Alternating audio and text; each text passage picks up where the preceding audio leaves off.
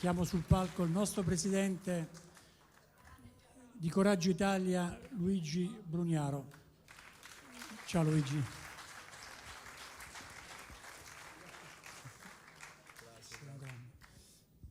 Grazie, e so che abbiamo messo 30 secondi perché forse il telefono se l'ha lasciato.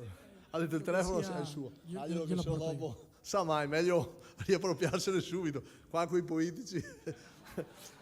No, allora, vi dico, sinceramente, allora io faccio l'architetto, no? Non l'ho mai fatto, mi sono laureato in architettura. Poi avevo cominciato a farlo intanto che ero a scuola. Voi pensate che io avevo aperto un'azienda, avevo 5 dipendenti e mi hanno mandato a militare. Cioè, io andavo in garita e rispondevo al telefono alle impiegate per capire se avevano fatto fatturato o no. Cioè, a me vita, se avete preso i paletti di uno slalom, io li ho presi tutti in faccia, sono bello carico. Allora, vi dico questo, questa è un'unione organizzativa, no? Dicevo, il tema è finire, perché cercherò di essere meno teatrante e più concreto, anche per vedere, di elencare, li leggo dopo, quando dirò io, facciamo delle slide e vi leggo i punti che abbiamo scritto in maniera tale che poi chiaramente faremo un documento, lo facciamo passare e vediamo se riusciamo ad approvarlo per acclamazione, in maniera tale che poi, almeno su questi punti, chiaramente su questi punti che diciamo, sono anche alcuni complicati, apriremo una serie di tavole di discussione, alcuni anche semplicemente con le forme elettroniche, per cui basta farlo anche da internet, eccetera. Nessuno è obbligato a farlo, però tutti hanno l'opportunità di dare il proprio apporto, eccetera. Per cui il senso della giornata, perché non stiamo parlando al mondo, stiamo parlando tra di noi. Noi abbiamo invitato anche i giornalisti, non si fa normalmente secondo me su una riunione organizzativa, però abbiamo pensato, siccome restano sempre dubbi, eccetera, mi sono messo a nudo da quando ho cominciato a fare politica e dico, continuiamo, nel senso, continuiamo a far vedere che siamo comunque persone oneste, con tutti i nostri anche errori, i nostri limiti, eccetera, però secondo me è bene che passi un messaggio, dopo se passerà non lo so, ma di trasparenza anche al nostro interno. Nessuno pretende che questa sia una caserma, non può essere che si parta di diktat.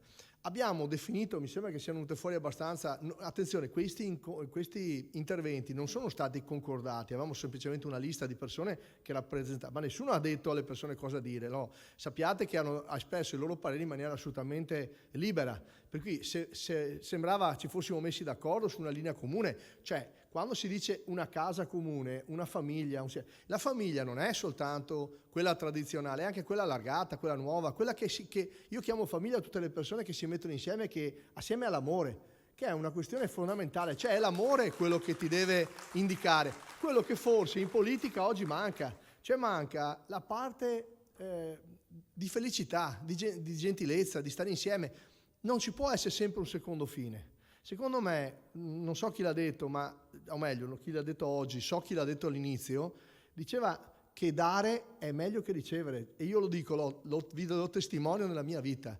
Io ho dato tanto, molte più cose riservatamente rispetto a quelle che magari si possono sapere. Però vi testimonio che ho ricevuto molto più di quello che ho dato. Questa è una testimonianza sincera che vi do.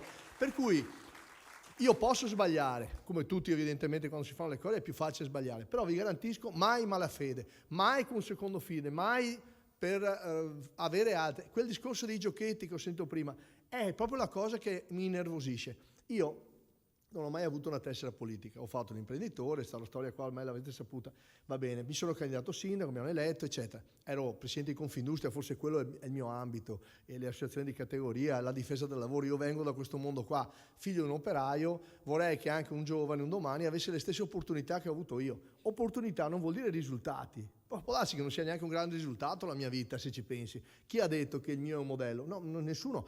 Io vorrei semplicemente che i ragazzi avessero le opportunità di poter scegliere e le opportunità di poter camminare. Quella ragazza che oggi, non voglio citare il giornale, non voglio sbagliarmi, oggi sul giornale di oggi cita una ragazza che ha la partita IVA e insieme a suo marito, che anche lui è un lavoratore a tempo determinato, non riesce ad affittare un locale perché perché non ha le garanzie. I genitori dice che darebbero anche le garanzie, ma non li affitta. È vero, è la verità questa. Però bisognerebbe andare più a fondo di questo. Noi cosa dobbiamo fare? Facciamo i populisti e diciamo facciamo un sacco di investimenti pubblici perché dobbiamo dare le case a tutti e così ce ne usciamo da questa situazione. Se un giornalista mi intervista e dico questo, non ci saranno polemiche. Questo è il populismo, che è vero che dobbiamo investire sulle case pubbliche, attenzione, però forse dovremmo ripensare magari al modello delle case pubbliche, sederci, ragionarci. Magari non è la mia idea, la prima idea che viene in mente, magari in un percorso, cioè c'è il Parlamento, ci sono anche le istituzioni, ci sono i comuni, i sindaci, i geometri, gli immobiliaristi, i proprietari di case. Proviamo ad allargare il tema, si fa una proposta, la si discute con i portatori di interessi, si trova una sintesi, si decide di fare una proposta concreta. Per cui secondo me le case pubbliche dovrebbero, almeno una parte, almeno quelle nuove, gestite in maniera diversa. Se voi andate in ospedale e state male, cioè l'ospedale, non è che voi vi trasferite in ospedale. Quando state bene andate via, anzi i tempi si devono accorciare, perché il tema del tempo diventa fondamentale per il futuro. Dobbiamo imparare a essere veloci. Io ho sentito dei termini fondamentali qua oggi, ma alcune cose, il tema del tempo non è una variabile di poco. Pensate alle formule, no? Velocità, peso, c'è sempre il tempo all'interno, non c'è soltanto il peso, la misura, c'è il tempo, che è una variabile, forse l'unica variabile incomprimibile. Bene, dobbiamo accelerare. È un eufemismo perché siamo fermi. Il paese è fermo, nessuno discute che non ci siano già idee, ce ne sono tante anche a Venezia, tante robe, erano state già dette anche dalle amministrazioni precedenti. Nessuno ha fatto il fenomeno di dire siamo i migliori, semplicemente ci siamo messi piano piano a farle queste robe qua. Sembra incredibile, perché uno è sempre proteso a dare un'altra idea. Allora, dicevo, le case pubbliche dovrebbero avere un minimo di turnover, nel senso che tu hai un problema, io la casa te l'ho per stasera, perché può succedere a chiunque di trovarsi con la valigia in mano, non si sa la vita com'è. Dicono a Venezia che la marea a 6 ore cala e a 6 ore cresce. Non si sa mai nella vita di ognuno, bisogna essere rispettosi di questo. Allora, ti do la casa immediatamente, ma te la gestisco quella casa e tu nel frattempo, in un rapporto pubblico-privato, ti cerchi un lavoro, ti trovi un lavoro. Parliamo chiaramente di persone in grado di lavorare. Non ti do la paghetta così tu continui a votarmi, ti tengo suddito. Ti insegno a pescare, diceva Mao. Cioè ti faccio in modo che tu impari a diventare libero di tuo e deciderai tu cosa fare. Ma allora quella casa poi la liberi per qualcun altro che ha la stessa emergenza. In che tempi, con che attività, quanti devono stare fissi. Ma le discuteremo, ma è un modo nuovo di ragionare. Ma non basta. Non basta. Anch'io mi sento un liberale. Io da questo punto di vista qua mi sento un liberale perché penso che il privato sia un pezzo del pubblico. La proprietà privata, l'interesse privato è un pezzo è scritto nella Costituzione, si chiama sussidiarietà, non è mai stata applicata e sembra che il privato sia qualcosa di contrario all'interesse pubblico. Il privato, un interesse in conflitto con l'interesse pubblico, è una menzogna. Il ladro c'è dappertutto se dobbiamo cercare il ladro, c'è nel pubblico, c'è nel privato, in tutti gli organi, è sempre così, non debelleremo mai questa cosa qua, cioè non c'è, dobbiamo semplicemente renderci conto che però noi non possiamo stare fermi, perché nel frattempo appunto i giovani stanno crescendo, ci stanno guardando, che esempio stiamo dando a loro? Dobbiamo dare un esempio di coerenza. Ho sentito oggi il tema fedeltà, l'ho inteso nel senso giusto, fedeltà a un valore, a una promessa, non fedeltà a un padrone, fedeltà a un valore, lealtà, sono cose che devono impegnare una persona. La persona sei tu. Io questa faccia me la porterò dietro per il resto della vita. Posso sbagliare, posso inciampare, ma non devo mentire, perché la verità è più forte. La vita è una sola e merita di essere vissuta. Io la penso così e credo che valga la pena farlo insieme a tante persone. Perché vi dico, sono sicuro che questa è una bella idea, questa di questo partito, perché mi hanno fatto proposte, potete immaginarlo, di qualsiasi genere di iscrivermi a un partito. Cioè, se le fanno a voi, se le fanno all'ultimo dei consiglieri dell'ultimo paesetto, secondo voi a un sindaco che aveva stravinto un feudo della sinistra per 40 anni, cioè il debito, lo dico a Boraso, era di 800 milioni di euro, i 140 erano l'uso che avevamo della cassa. La cassa, avevamo un affidamento dalle banche per 140 milioni, quando sono arrivato io sindaco, 139 erano già impegnati. Avevamo 1 milione per gestire 3.200 dipendenti, 7.000 dipendenti delle partecipate. Io questi numeri continuo a dirli, ma perché sono numeri, spererei di ricordare, oggi il debito non è più 800 milioni, oggi il debito è meno di 700 milioni in Comune di Venezia, per quei giovani che lo pagheranno, lo dico a Leonardo che io spero che diventi l'esempio per attrarre tanti altri giovani, ma io non voglio un partito giovanista, io parlo di un partito per il futuro dei giovani, ma dobbiamo farlo noi. E i giovani dobbiamo prima dare l'esempio e poi loro verranno. Leonardo è una primula, però non possiamo pretendere, guarda, è sbagliato pensare, facciamo la riunione dei giovani, poi ci diranno loro quello che gli serve. È sciocco, è come dire ai tuoi figli, io ne ho 5, io e Stefano, fate la riunione e mi dite cosa volete, viene fuori l'elenco dei Game Boy. Cioè, ovviamente non può essere questo. Cioè, dobbiamo immaginare cosa serve a loro, chiaramente con la loro partecipazione, perché lui diventerà classe dirigente. Diceva Stefano, pensa che bello, se questa fosse la classe dirigente quando noi siamo vecchi. Quando noi saremo vecchi, che saremo mezzo incoglioniti a 110 anni, sarà gente come lui che gestirà i nostri interessi. Ma guardate che è un discorso serio questo qua. E purtroppo, lo dico ormai da troppi anni, da 8 anni lo dico, io dello spopolamento di Venezia mi sono messo a guardare i numeri quando questi qui continuano a dire era vero, no? Ma non era solo di Venezia. Lo spopolamento non è gente che parte con la valigia di cartone, quella è un'altra faccenda rispetto all'estero, ma rispetto al nostro problema demografico sono semplicemente che la curva è impicchiata, 1,2 figli per coppia, ma no da oggi. No, da oggi non si trova il personale negli ospedali, negli asili, perché non ci sono i ragazzi? Cioè la generazione si sposta, no? C'è un gruppo di persone che muore, esiste questo fattore, sempre più avanti ma muore, va in pensione a 60 anni, qualche volta qualcuno anche più fortunato prima, ma la generazione 18, 19, 20, 22, quando volete voi che iniziano nel mondo del lavoro, è metà. È evidente che mancano. Chiudono anche i negozi, sì, ma mancano anche i giovani commercianti. Cioè è una nazione tra le più vecchie del mondo, l'Italia. La nazione. A Venezia queste cose si vedono prima perché è una città, un luogo delicatissimo, per cui è come dire un silenzio, anche il ronzio di una mosca lo senti. Venezia è questo, è delicato, ma Venezia è soltanto il termometro di una situazione nazionale. Quando a Venezia si è ragionato del Mose, era un termometro di qualcosa che stava succedendo. Io, per non dare la colpa a nessun altro, ero studente di architettura, ridevo di sta roba, i mari che si alza, traduco per i nostri ospiti, i mari che si alzano, ma dove, ma cosa si inventi? E invece 40 anni fa si erano accorti già che c'erano queste tendenze e hanno progettato il Mose. Soltanto che in tutti questi anni, il partito del no, della paura, lasciamo perdere le persone in cattiva fede. Oggi qui non stiamo parlando contro nessuno, io l'ho sempre detto, non ho mai fatto niente contro nessuno. Io aggredisco certe volte, sembra che aggredisco, semplicemente quasi per difendere dei principi che mi sembrano normali, forse probabilmente esagerando nella mia banalità della risposta. Cercano di dipingermi come una macchietta. L'ultima sugli studenti, semplicemente non sono stato compreso. Io volevo dire che non può essere che uno studente debba pagare così tanto un posto letto e credo che gli studenti non basta aspettare che arriva il papà, aspettare che arriva qualcun altro, cioè devono credere, entrare per fare questi ragionamenti. E io mi sono chiesto, ma perché? Tornando alla domanda di prima, di oggi, di stamattina, di questa ragazza che non trova una casa. Sta lavorando, è un'imprenditrice, ha la partita IVA, il fidanzato, il compagno lavora, non gli danno una casa. Perché non ha? Perché? Perché i contratti, il diritto italiano non tutela la proprietà, in questo caso, di quei privati che vorrebbero e potrebbero affittargli la casa. Ci sono tantissime abitazioni chiuse in Italia, tantissime, ma sono di proprietà privata. Allora non risolveremo solo i problemi con la proprietà pubblica, dobbiamo capire, ma perché questi privati non affittano? Perché sono cattivi.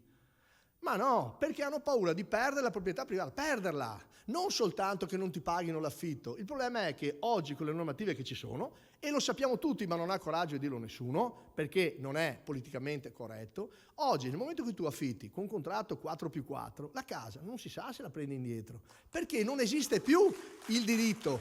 Allora se noi invece facciamo un ragionamento, anche lì bisogna farlo complesso, non è una roba facile, non basta uno slogan.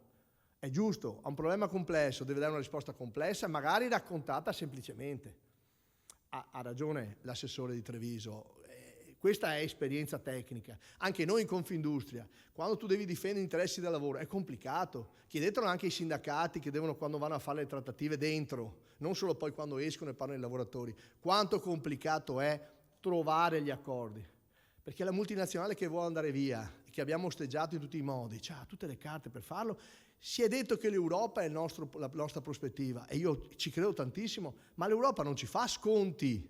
Nessuno ci farà sconti sulla nostra ignoranza, sulle nostre incapacità, su quello che non riusciamo a risolvere. Non ci faranno sconti, ci verranno a comprare, diventeremo una colonia noi, perché se abbiamo paura di agire con la logica della modernità.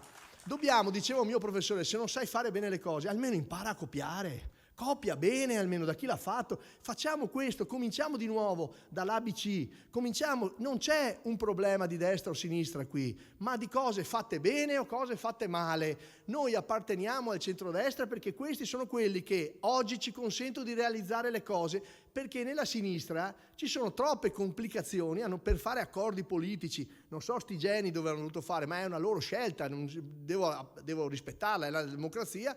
Fanno per prendere voti, raggiungono voti anche di gente che è contraria a tutto e non voterà mai queste robe qua. A Venezia lo avevamo visto, c'erano giunte di centrosinistra, ostaggio della sinistra più estrema, ma neanche sinistra, di movimenti, di gruppi anarcoidi, di situazioni dove ognuno si fa un comitato, se il vicino fa una cosa che non gli va bene, uno si fa il comitato proprio.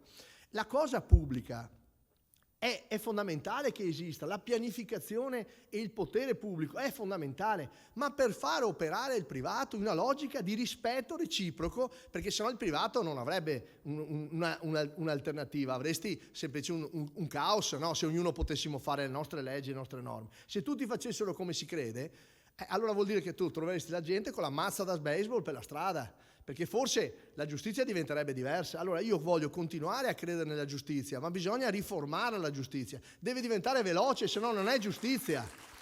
Quando tu fai un'operazione e la fai 4 anni dopo che hai in qualche modo iniziato a contestare dei reati e fai 4 anni dopo gli arresti, è chiaro che sono le leggi da cambiare. Ci sono ulteriori norme del decreto Cartabia che fanno sì che io arresto una borseggiatrice in fragranza di reato. Fragranza vuol dire con le mani, col portafoglio attaccato e la vittima in fianco. Arrestiamo, fotografiamo tutto, registriamo che non ci sono problemi, libera, neanche non la porti neanche in caserma a segnalarla. Perché siccome, pensate cosa si sono pensati, io non so se stanno troppo nelle stanze del Parlamento, dei partiti, veramente io non riesco a darmi una spiegazione, perché se ci pensi non c'è una logica. Cioè hanno detto, siccome quel turista non verrà in tribunale, perché è dal Belgio, perché è dall'americano, non verrà in tribunale a testimoniare, anche se ti firma la denuncia, si dice sì, ero io il proprietario del portafoglio, non è che ha tanto altro da dire, ma siccome non verrà in tribunale, allora viene a mancare l'oggetto della prova. Cioè io dico, ma è possibile andare avanti così? Qui attrarremo tutti i delinquenti del mondo, vengono tutti qua. Allora io penso invece che vanno fatte proprio delle norme, ci si mette con calma, perché io non sono un giustizialista, tutt'altro. Io penso che bisogna depenalizzare. Dici, ma è in contraddizione? No! Ho detto che si deve depenalizzare, non rendere impunibili i reati. Depenalizzare vuol dire che tu non è che cambia se da 1 anno gliene dai 10 a uno che ti porta via un portafoglio, perché fatevi voi 1 anno di cella, di galera. A parte che oggi come oggi non fai neanche la galera, fai una specie di tortura.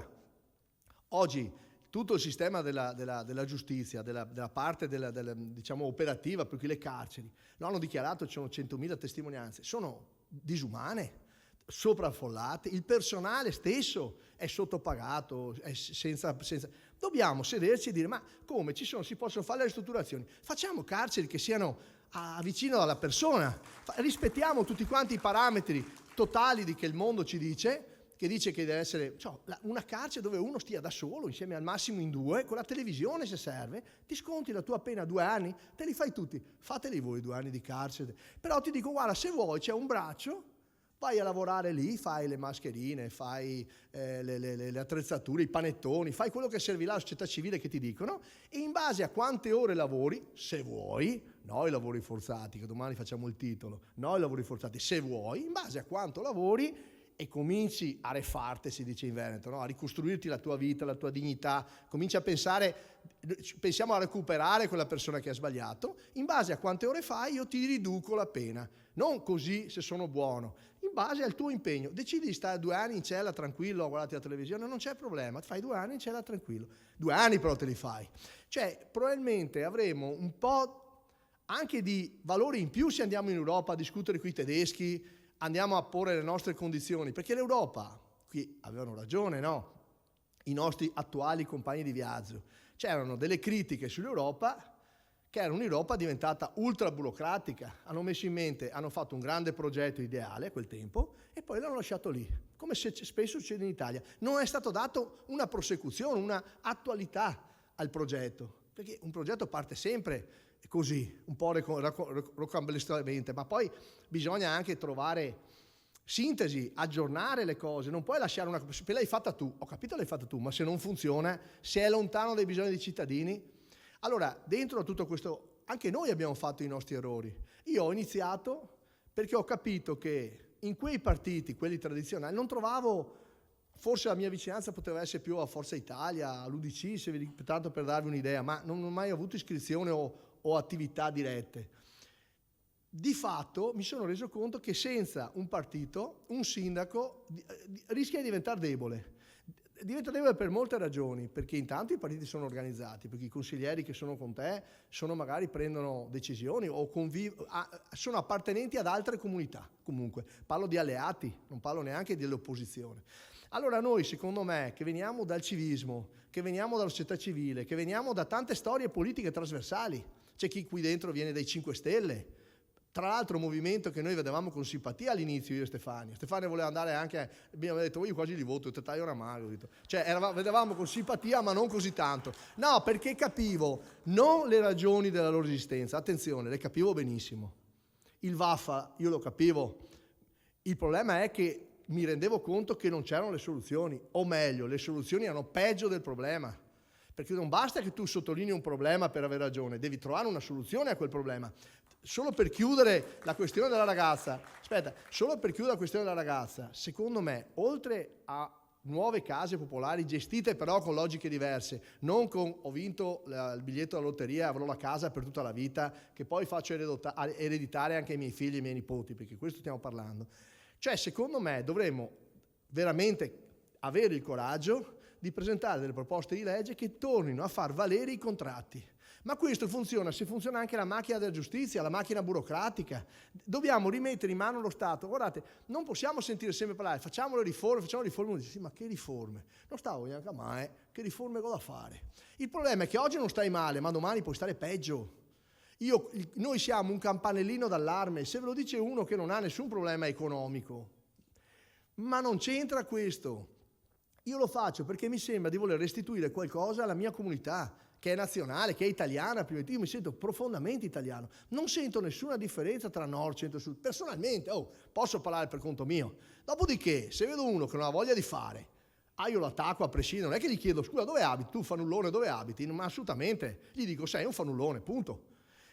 Ma questo però dipende anche da che norme riusciamo a mettere in piedi. Se io do un sistema premiante ai sindaci o alle comunità amministrative che fanno gli sbilanci in comune. Allora, noi in città metropolitana di Venezia abbiamo debito zero e non abbiamo nessun premio a fine anno, perché dico, vabbè, guarda, sia a posto. Sì, ma abbiamo tagliato, abbiamo efficientato, ci siamo fatti un mazzo incredibile.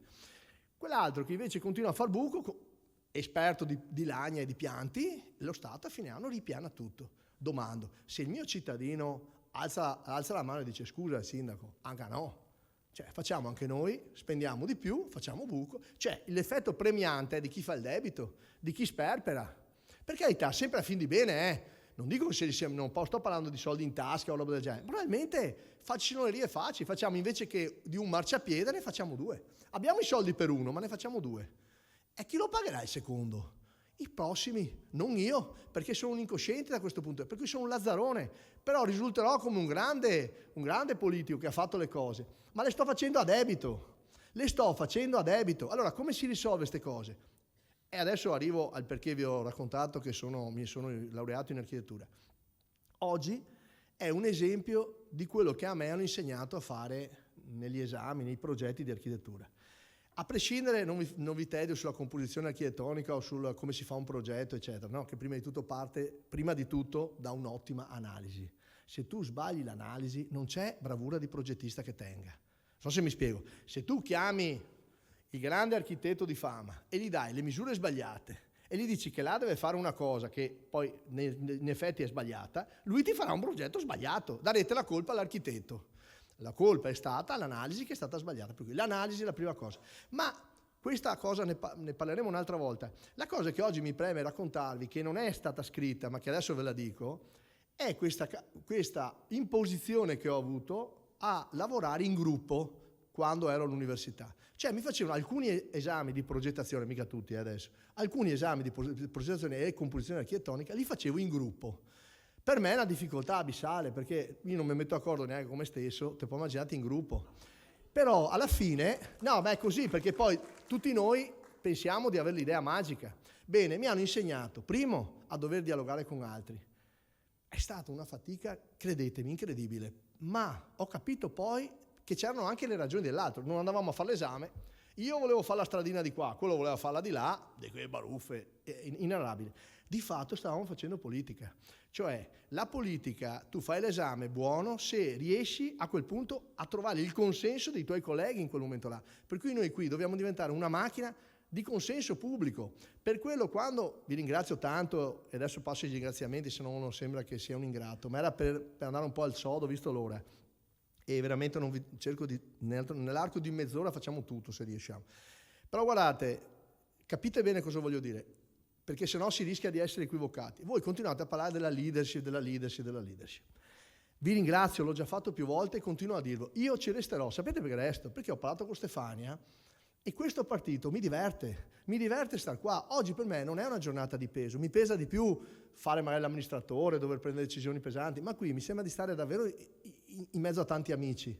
Magari faremo cose più leggere, per me è pesante stare per quello anche i 3 minuti, no? Perché come vedete poi tutti sforano e saremo arrivati alle 4 del pomeriggio. Se arrivi alle 4 del pomeriggio uno dice, anche basta, se quella è la politica, anche basta. No, bisogna riuscire a essere anche più stringati in maniera che riusciamo ad avvicinare la gente anche con un po' di curiosità, mettendoci anche le facce, eccetera. Beh, voi avete visto un gruppo oggi, avete visto un lavoro di gruppo, cioè dove una persona ci mette del suo, partecipa, perché se tu sei abituato alla politica dove arriva l'ordine dal leader.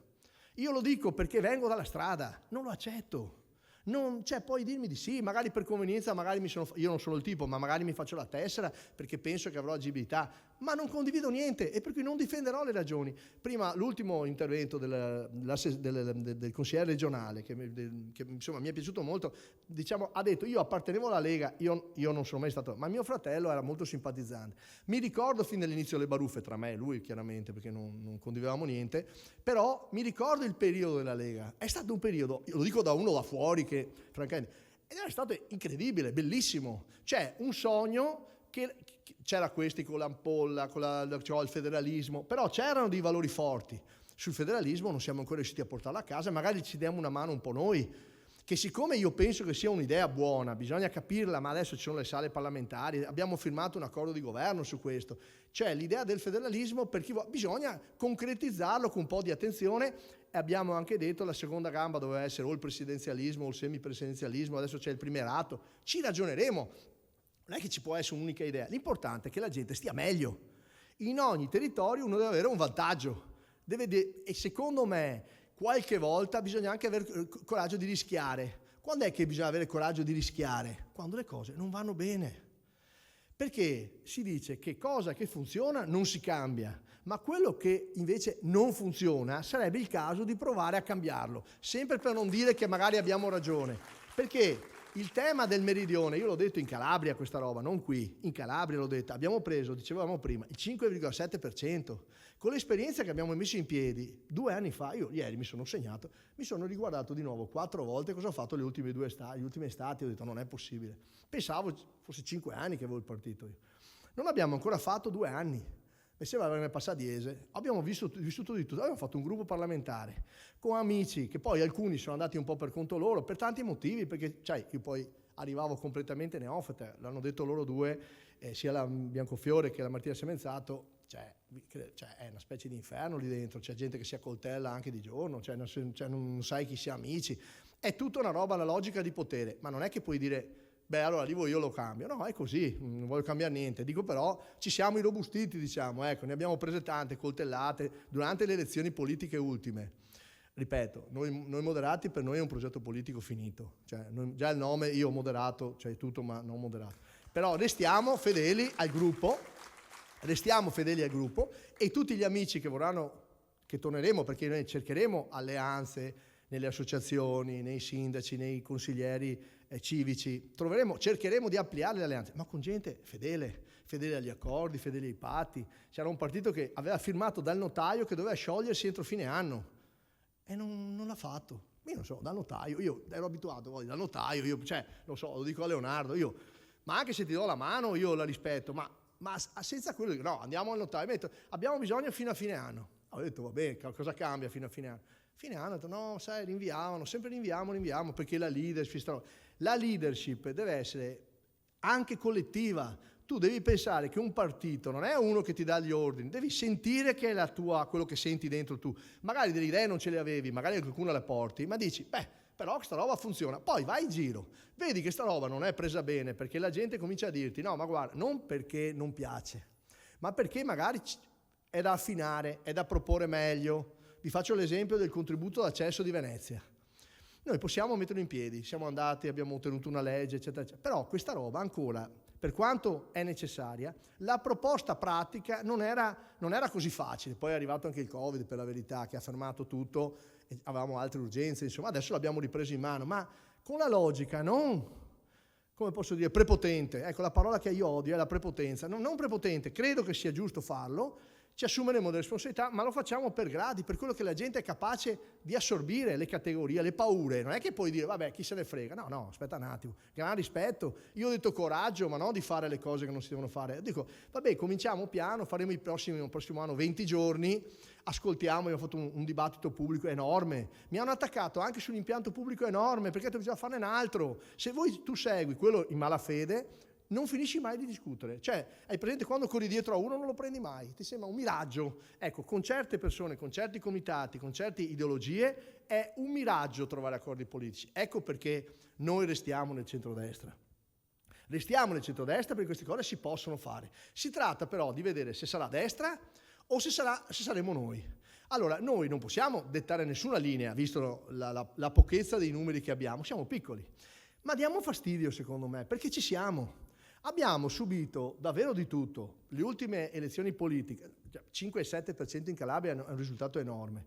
E qualcuno già subito aveva cominciato a litigare, tra quelli che per fortuna sono andati, perché, ma allora voglio qualcosa io non ho chiesto mai niente, non ho mai chiesto potere di nessun tipo. E questo forse è il mio punto, di debolezza e di forza, ma ve lo dico, io non cerco un mio futuro personale, non è il mio partitino personale, perché sarebbe una sciocchezza, alzo la mano e dico non sono così. Io, la mia attività, le mie aziende, tutto quello che ho fatto anche in Confindustria, nello sport, è un'attività di squadra. Poi, ecco, se volete, nella vecchia partiti, io mi candiderei a fare il segretario. Il presidente una volta non contava niente, se vi ricordate. Dopodiché è arrivato Berlusconi e ha fatto il partito azienda, che ha una sua logica. Perché? Perché c'è il discorso delle risorse. Perché se tu non tieni conto delle risorse, è una riunione organizzativa questa, dobbiamo dire e dare il numero che ci hanno accreditato come partito per avere le risorse del 2 per 1000. Se magari qualcuno me lo trova, dopo lo diamo, perché io non me lo ricordo. È importante che me lo ricordo quando faccio. Però questa roba qua serve per dire, noi faremo le cose se riusciamo ad andare in giro dicendo, noi siamo questi, e adesso arrivo al dunque, noi siamo questi punti fondamentali. Abbiamo bisogno che anche tu ci creda, siccome noi vogliamo difendere il partito del lavoro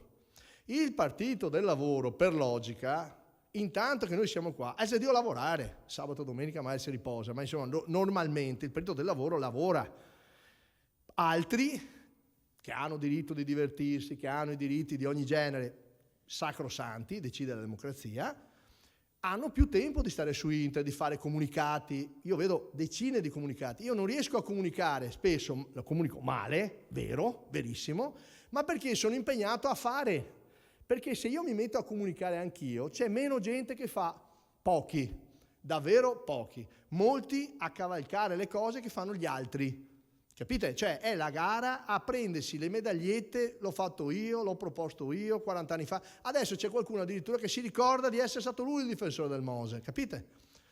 Cioè, anche di fronte all'evidenza, l'abbiamo tirato su noi con questa amministrazione tanto pesantemente, e allora Roma riesce a sentire non più i sussurri, ma sente la forza, perché quando una comunità è coesa, allora a Roma arrivano. Quando invece la comunità è divisa, perché arrivano i sei ma attraverso le linee dei partiti, allora ti si blocca tutto, perché Roma non vede ora, Roma Stato, di rallentare la finanza pubblica, perché è come le cose che si spostano, le risorse sono sempre quelle, le mettono nei vari capitoli di bilancio, si vendono una volta che hanno finanziato questo, poi passata l'onda della comunicazione spostano le risorse da un'altra parte. Allora la comunità locale, regionale, provinciale, quello che è, deve essere compatta in quella richiesta e deve vigilare con degli addentramenti nazionali. Se lo volevo fare potevo trovare altri carrozzoni, però io sono antifascista, sono liberale, sono democratico, sono cattolico e ho tutte, porca miseria. Ho anche una famiglia allargata che mi piace l'amore e la felicità. Voglio stare su un partito dove non mi devono accoltellare ogni giorno. Io non voglio litigare con le persone, voglio parlarci, possiamo avere idee diverse, ma voglio sorridere. Quando faccio le partite che perdo, secondo voi sono stato contento? Sono contento? No, però mi sono abituato, fa parte del gioco. Di tutti uno vince lo scudetto. Cioè, gli altri si dovranno accontentare. Qualcuno viene anche retrocesso.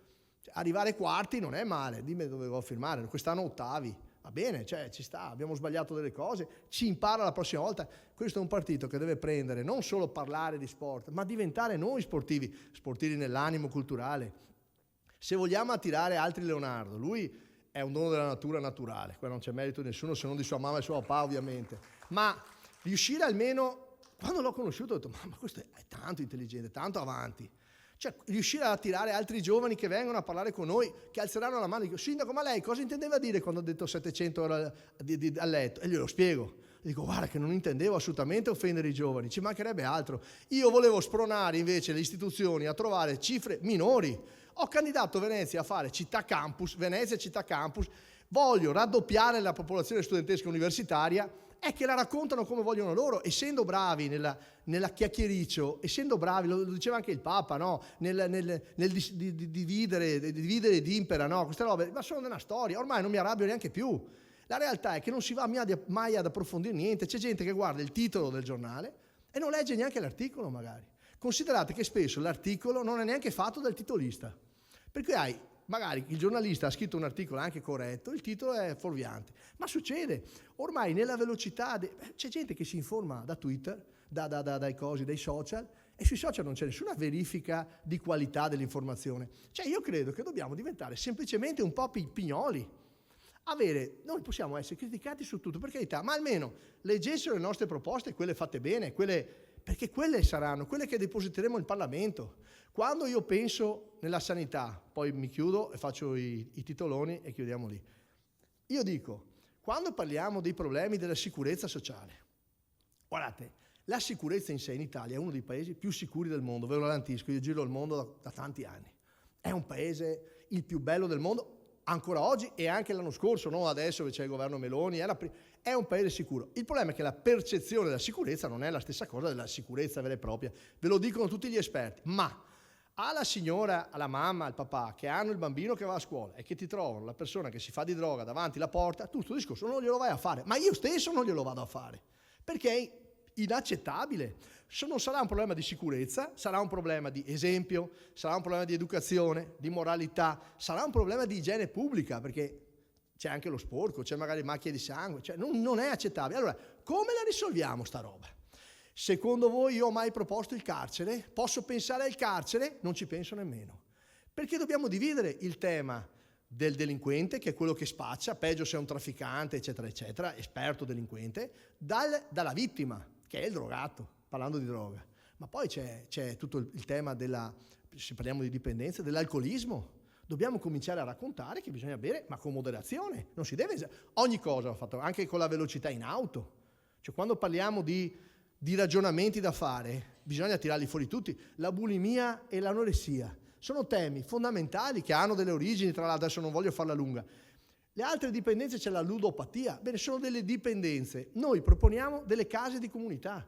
Case di comunità, prenderemo le migliori esperienze in Italia, noi a Mestre ne abbiamo una bellissima, che ha veramente, io sono andato a vederla, ci ho parlato, come comune la stiamo aiutando, loro aiutano noi nel rapporto con questi ragazzi di strada.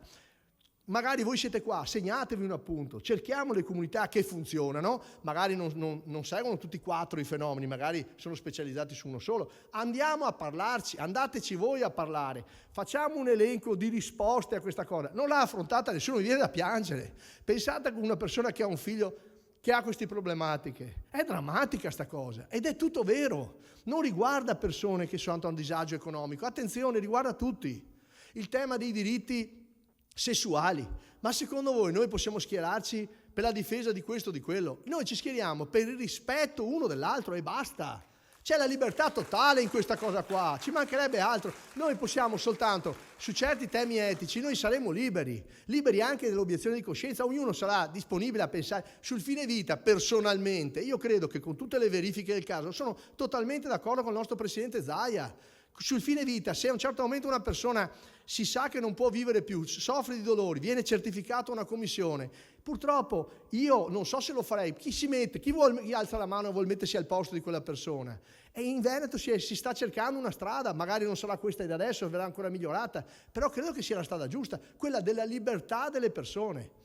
Con tutte le garanzie, se non bastano ne metteremo ancora, ma dobbiamo cominciare a sbloccare questo paese, dobbiamo avere il coraggio di dire delle cose. Poi uno alza la mano e fa, ma io su sta cosa non sono d'accordo. E ci mancherebbe altro, non è una caserma, su quella roba sei indissidente, non è un problema, ma anche ai gruppi parlamentari può succedere, non è che sei obbligato. Dopodiché c'è un tema di trasparenza nei confronti degli elettori, prima o poi l'elettore sa che se vota noi voterà certe cose. Voterà il fatto che noi le cose le vogliamo fare, noi non abbiamo nemici. Eventualmente c'è l'avversario che è soltanto quello che blocca le cose da fare. Io mi fermo perché avevo anche tutti i dati politici, eccetera, ma mi sembra... Allora, butto via tutto, passo le slide, no perché è tardi, tanto penso che il concetto l'avete capito. A me quello che interessava che da questa riunione venisse fuori, avessimo i punti dei nostri principali, dei nostri programmi, in maniera tale che poi uno dice chi è Coraggio Italia, questa roba dopo chiaramente ve la stampiamo, la mandiamo tutti quanti, la diamo tutti quanti, la mettiamo su internet, eccetera, in maniera tale che uno tira fuori, se la legge, dico, ma io metterei virgola, aggiungerei questo, ma no, ecco, non c'è, non c'è secondo il Vangelo sta roba qua, è tanto per dare, perché uno che legge dice, ma chi siete voi? Ma perché siete voi? Perché sta roba qua non c'è dappertutto. Non c'è dappertutto, parlo dei nostri alleati ovviamente, non ti dico neanche gli altri, ok? Dobbiamo aprirci a tante altre persone, dobbiamo essere trasversali, perché io parlo agli elettori, l'elettore è un cittadino, se ha fatto come me tutta la vita, cambia continuamente voto. Sono i nostri elettori, anche se l'ultima volta mi hanno votato un altro, non vuol dire niente. Noi, l'ultima tornata politica, non abbiamo parlato niente, cioè la politica non sono le amministrative, puoi girare tu qui camion vela intorno alla macelleria, cioè la sera la gente resta attaccata alla televisione le ultime 2 o 3 settimane, ore intere per capirci qualcosa. Io ero uno di questi perché lo so bene. Di solito dopo una tribuna elettorale mi alzavo sempre un po' confuso, nel senso che adesso è un po' più chiaro, quello che non vuol fare niente lo capisci subito. Poi sono alcuni che dicono bugie e quelli è difficile sbugiardarli, perché dicono una bugia, tu mai ci credi, ma è una bugia. Cioè l'assunto per cui loro partono con quel ragionamento è una bugia. E chi fa il contraltare? Nessuno. Noi in quelle 3 settimane di campagna elettorale politica, io sono riuscito ad andare sul TG nazionale 12 secondi, anzi 10, perché ho detto a 12 devo tagliarti, una volta sola. Cioè abbiamo giocato con le mani legate, fa parte del gioco. Noi eravamo 4 componenti al centrodestra, di fatto è apparso che fossero 3. Il terzo polo è sembrato Calenda, perché i poteri forti, certo, ci sono nomi e cognomi, anche proprietà di giornali grossi che hanno fatto sì che si passasse che c'erano 3 poli, cioè va a inventare, ha fatto il 3 poli, poi grande fortuna che Calenda, come sempre, ha stracciato gli accordi che aveva scritto la sera prima col PD, è passato come se niente fosse con Renzi. È passato con Renzi, mica per una scelta politica, soltanto che Renzi aveva un partito, esattamente quello che abbiamo noi oggi, agibile per andare alle elezioni senza raccogliere i voti, perché Calenda i voti, lui diceva di sì, ma raccogliere, noi sappiamo bene perché ormai sono stato un esperto su questo, è difficilissimo, perché non puoi raccogliere 2 anni prima, devi farlo nell'arco, non mi ricordo, su 1 mese o 2 prima delle elezioni, separatamente in tutte le regioni, non è che prendi una regione e fai il grosso dei voti e devi raccogliere un sacco di voti, per cui era difficile, per cui è stato costretto ad andare da Renzi e Renzi che aveva il 2, lui aveva il 5, ha detto voglio metà parlamentari che Renzi del gruppo. L'elettore alla fine, parliamo dell'8%, loro sono stati delusi perché speravano di arrivare all'11-12 e diventare l'ago della bilancia, per capire che è ago, ma hanno preso l'8, che è un risultato eccezionale dal punto di vista politico, se ci pensate ai milioni di persone che hanno votato. Quella roba là è roba che poteva votare noi, soltanto che c'è una differenza, che se tu vuoi fare il termovalorizzatore, e Calenda lo dice in maniera chiarissima, lo ha sempre detto, ma poi comunque alla fine per motivi vari vai a candidarti col centro-sinistra e perché poi al centro-destra non ci vuoi andare, lo chiudi già, resta solo quella porta là. Il termovalorizzatore semplicemente non lo vedremo mai, perché non lui, ma i suoi alleati gli diranno di no. Questo nel centrodestra, questo problema, su questi punti non c'è. Questi punti sono realizzabili nell'alleanza di centrodestra. Poi, che siamo noi a dare le carte, ovviamente no. Però essere lì con delle proposte senza far polemiche, semplicemente essere presenti, segnare agli imprenditori che, ok, tu continua a lavorare, ti difendiamo noi, proviamoci. Chi lavora, chi ha già lavorato, tutti quei pensionati che non si rendono conto che allungando la prospettiva di vita, vi garantisco, si allungherà oltre i 100 anni. Voi tutti qua in sala supererete i 100 anni e voi pensate che sono un matto. Invece è vero. E se è vero, voi avete tutto l'interesse di pensare cosa fare nei prossimi anni, perché sono ancora tanti da vivere. E in quel periodo dovreste tirare la pensione o avere i diritti su quello che vi siete pensati, l'appartamentino in più per arrotondare, perché pensavate che ci fosse una legge. Ma se quelle leggi non vengono rispettate, di fatto è un esproprio. Noi l'abbiamo scritto qui dentro, la tassazione sulla successione, anche sui morti mi vuole tassare. Dopo che hai pagato le tasse una vita intera, anche la tassa. Noi siamo contrari a ogni tassa di successione, niente da fare. Tu hai pagato in Italia, tra l'altro, guarda, se dovessimo metterla, dovremmo metterla fra 30 anni in poi, perché fino adesso l'abbiamo strapagata quella roba, strapagata. Allora io penso che dobbiamo veramente riuscire a proporre. Io conosco abbastanza bene il centrodestra, sono di quelli che ha firmato l'accordo politico del centrodestra. So anche che nella competizione tra i partiti non ci regaleranno nulla, non sarà semplice. Però io sono convinto, come ha detto qualcuno, che c'è bisogno nel centrodestra del centro. C'è bisogno di gente determinata che sostenga le ragioni del centro, perché sono ragioni forti, perché col sistema che ho in mente io del privato e l'uso delle case, del rimettere in gioco le case private, noi non dico che risolviamo come sempre tutto, ma diamo una bella botta a risolvere il problema delle case sfitte. Questa è la verità, bisogna avere il coraggio. Speriamo domani di non essere minacciato a mia volta pensando che io sono contro il povero. No, è contro il povero chi consente delle leggi che non mette in disponibilità tutte quelle case chiuse. È difficile spiegarlo, ma è così. Se io do garanzie ai privati, i privati non sono i grandi gruppi immobiliari cattivi, sono anche il piccolo artigiano, il pensionato che si è costruito magari un gruzzoletto, ha trovato l'occasione, addirittura se l'è costruita lui la casa, la comprano magari all'asta, la comprano vecchia, la sistemano con le loro mani, e la affittano a studenti e a turisti perché loro vanno via naturalmente. È qui il passaggio, dobbiamo tornare a dare garanzie di Stato, di giustizia. Questa è l'idea di Coraggio Italia, l'idea di essere nel centrodestra, di essere un pungolo positivo. Chiederemo incontri ufficiali alle altre compagini. Chiaramente sappiamo che pesiamo poco, ma le idee pesano tanto. Io ho cominciato che avevo un telefono. L'anno scorso il nostro gruppo mi hanno comunicato che ha fatto più di 1 miliardo di euro di fatturato. Si può fare anche in Italia, che è il paese peggiore per fare aziende, perché sei sempre là che hai tutto il mondo addosso, perché ti mettono tutti contro. All'estero avere successo è una cosa positiva. A questo ragazzo che domani si laurea, lui spera di avere i complimenti, magari qualcuno comincerà a maltrattarlo, per far cosa? Io sono libero, sono una persona tranquilla, dico, ma se tu preferisci fare altro, fare la cicala, io non ho nulla da dire, falla. Ma poi non chiamare la formica quando arriva il freddo. Questa è la realtà. Allora dobbiamo ai nostri giovani dare degli insegnamenti di questo genere. Adesso io direi cominciamo con, perché guarda 10 minuti ce la faccio, perché sono perfetto, per metti gli occhiali. Allora abbiamo fatto, mi pare siano 11 punti, comunque adesso c'è la slide che fa vedere il titolo è così. Questi qua sono punti, poi alla fine se siete d'accordo li approviamo per acclamazione. Se fischiate li bocciamo. Cioè, no, nel senso, facciamo un altro partito con un'altra roba. Non è che, no, non si può andare avanti da soli. Cioè il leader funziona se c'è qualcuno che poi anche ti dà un microfono, lo accende, e non è che te la puoi prendere se nessuno accende il microfono. È come se io mi arrabbio se gioco con una squadra di Eurolega e perdo. Beh, intanto dovrei domandarmi, ma perché ho voluto andare in Eurolega? No. Poi se ci vado, cerco di attrezzarmi, imparo, è complicatissimo. Però io ho vinto 2 scudetti maschili, ho vinto uno scudetto femminile, 2 coppe europee, le ho vinte. È difficile vincere a quel livello là. Qua è un discorso anche di fiducia, di fede, c'è il coraggio di avere ancora fede in qualcosa, perché mi rendo conto che è molto difficile.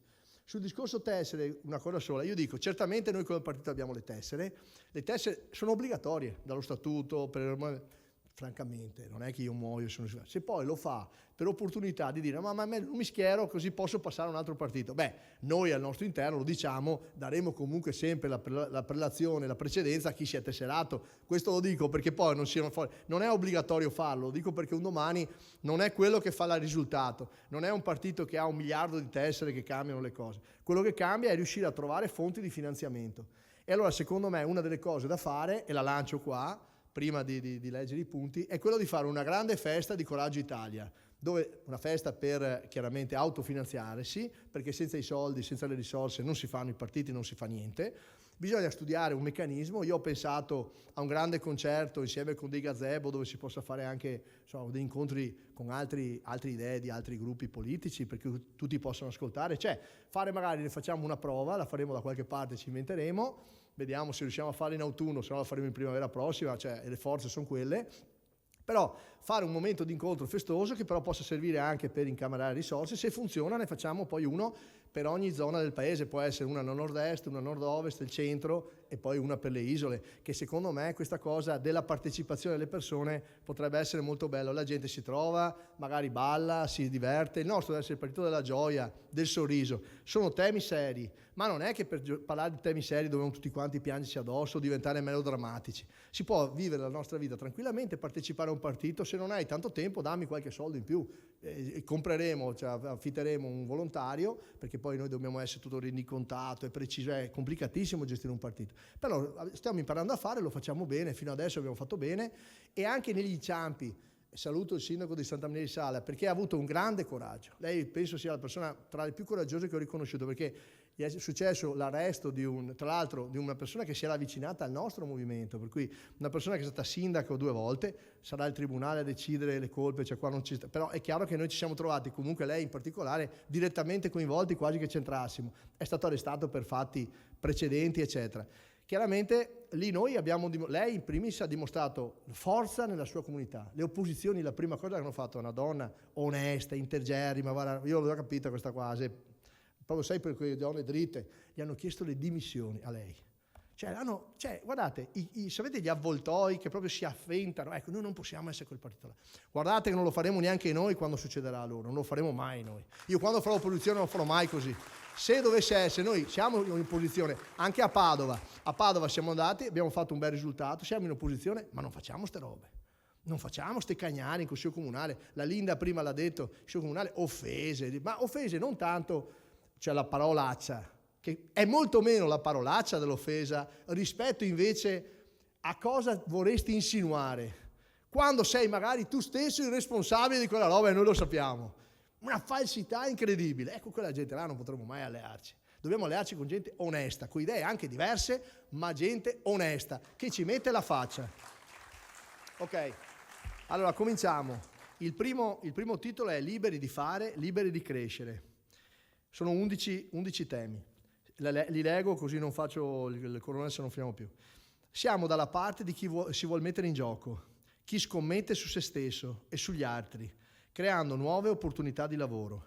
Il lavoro deve diventare un vero ascensore sociale, permettendo a chi si impegna di aspirare a un futuro migliore. Lo Stato deve fare le regole e controllare che siano rispettate, dando spazio alla libera iniziativa privata. Chiunque deve poter emergere attraverso il proprio merito e il proprio impegno. Punto 2. Diamo valore al tempo. Il tempo è una risorsa scarsa e non possiamo sprecarlo. Non vogliamo più dover aspettare mesi per un esame in ospedale. Non vogliamo dover aspettare anni per ottenere giustizia nei tribunali. Non possiamo bloccare il Paese in attesa di un permesso, un'autorizzazione o una risposta dalla pubblica amministrazione che non arriva mai. Servono riforme per rendere lo Stato più veloce nelle decisioni, nei servizi offerti ai cittadini. Serve una burocrazia più leggera, meno costosa, trasparente e immediata. 3. Proteggiamo la famiglia. La famiglia e la casa sono pilastri fondamentali della società e vanno tutelati. Vogliamo mettere i giovani nelle condizioni di comprare casa e farsi famiglia, senza dover essere costretti ad andare altrove.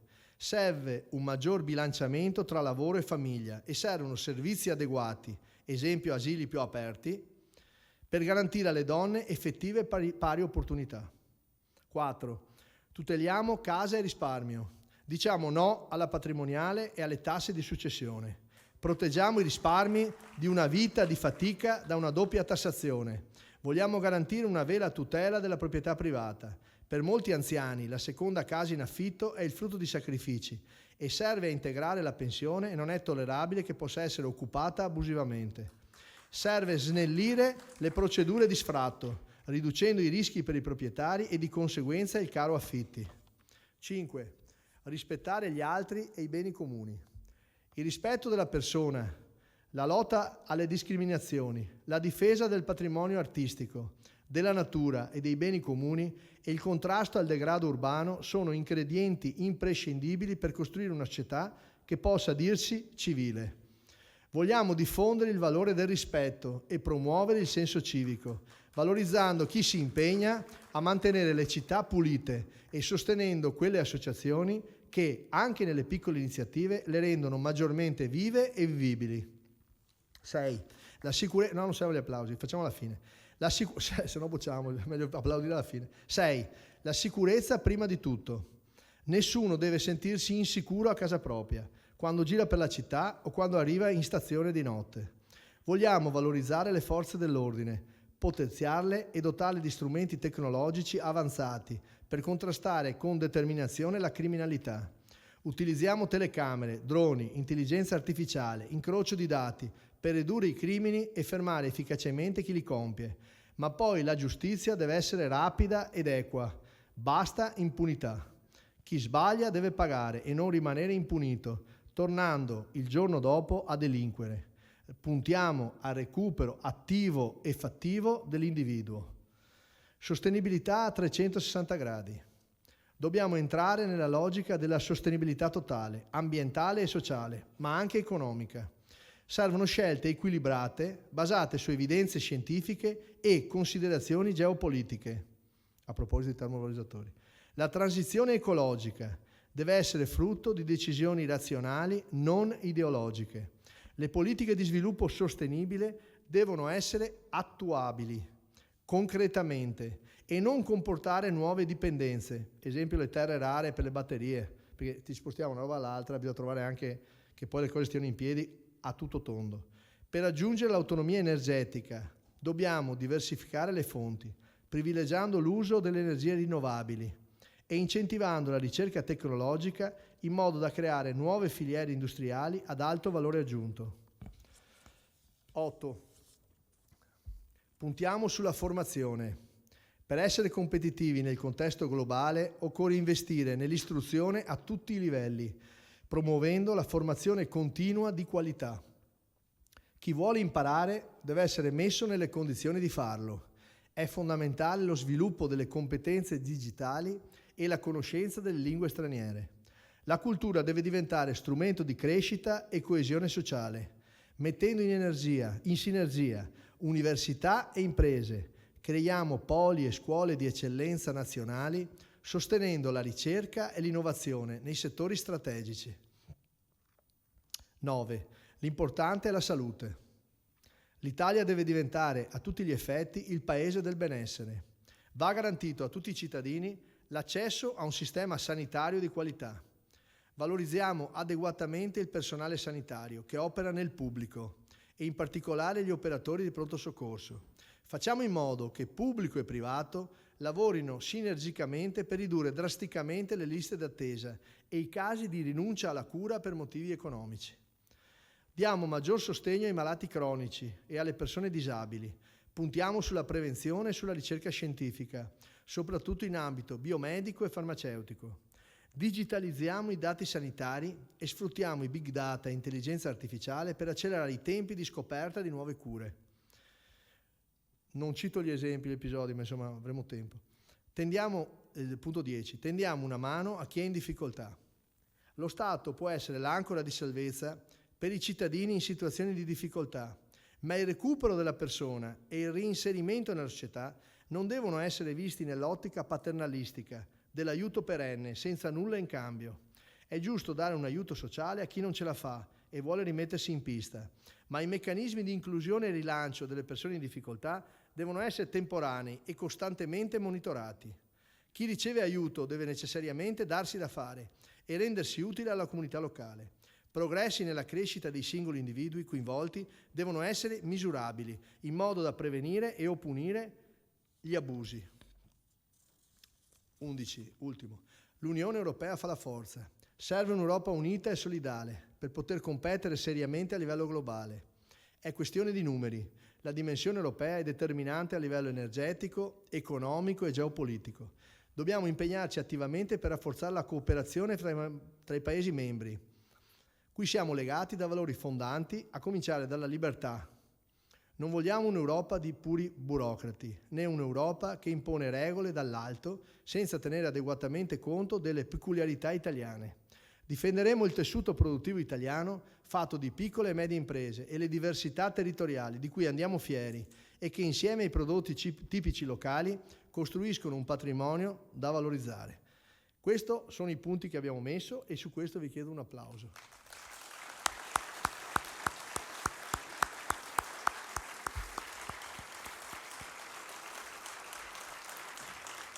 Io spero che con Coraggio Italia riusciamo, io spero che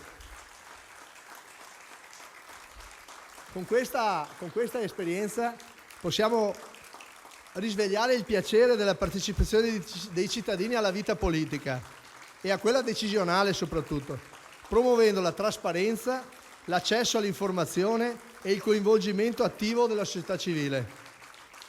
Dove i cittadini ci hanno dato fiducia, hanno dimostrato di saperlo fare. Grazie a tutti, grazie. Noi ci mettiamo d'impegno e ci saremo a tutte le elezioni prossime.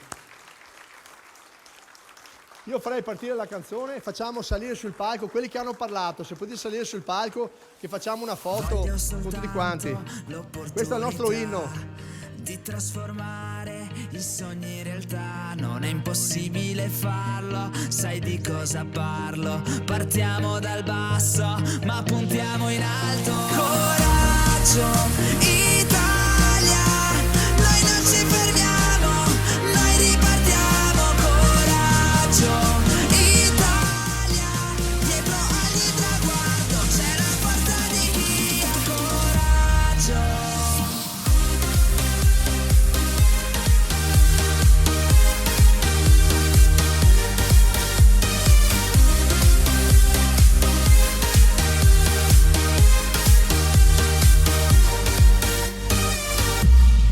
Non bastano le parole per diventare un campione. Giochiamo questa partita, vinciamo qualsiasi sfida. C'è un viaggio lungo da fare, non ci dobbiamo fermare. Mettiamo il primo mattone perché sia un mondo migliore. Metti da parte le paure e troverai la luce nelle giornate buie. Non rimandare ancora, sei parte di quel libro che scriverà.